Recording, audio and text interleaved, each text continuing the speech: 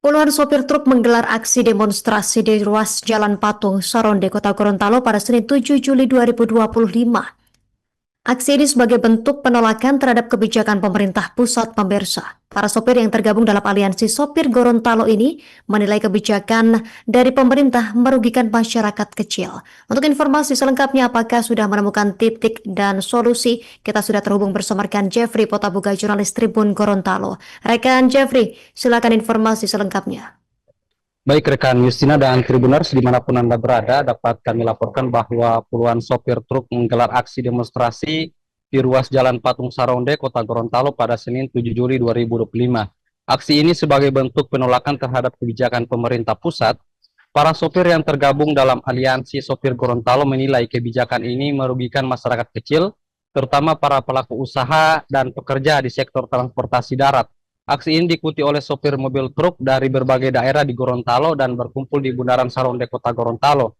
Orator menyatakan bahwa aksi ini merupakan upaya untuk menuntut keadilan terhadap kebijakan pemerintah, salah satunya terkait penerapan kebijakan zero odol atau over dimensi overloading. Mereka menilai kebijakan ini memberatkan para sopir dan pengusaha kecil karena dianggap tidak memperhatikan realitas di lapangan. Selain itu, mereka juga menyuarakan agar pemerintah merevisi pasal 277 dalam Undang-Undang Lalu Lintas dan Angkutan Jalan yang mengatur soal dimensi kendaraan.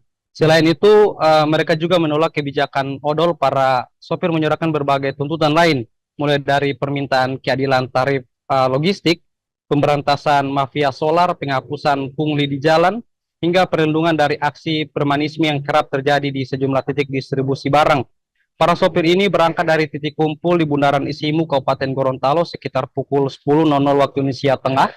Titik utama aksi berada di Patung Saronde, Kota Gorontalo yang merupakan jantung dari Provinsi Gorontalo. Mereka juga memblokade ruas jalan sehingga kendaraan lain tidak bisa melewati jalur tersebut. Beberapa jam kemudian mereka menguasai Pertamina yang berada tidak jauh dari tempat mereka menggelar demo. Merasa tidak didatangi oleh pemerintah, maka sekitar pukul 14:40 waktu Indonesia Tengah, mereka pun beranjak menuju ke rumah dinas Gubernur Gorontalo. Para sopir kemudian memarkirkan mobil dengan ukuran besar di depan rumah dinas gubernur. Akibatnya jalan itu pun tidak bisa dilewati oleh kendaraan.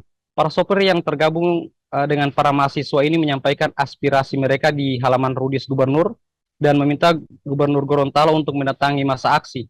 Karena tidak ada jawaban, mereka pun memaksa untuk masuk ke dalam, tapi dihalangi oleh aparat di sana.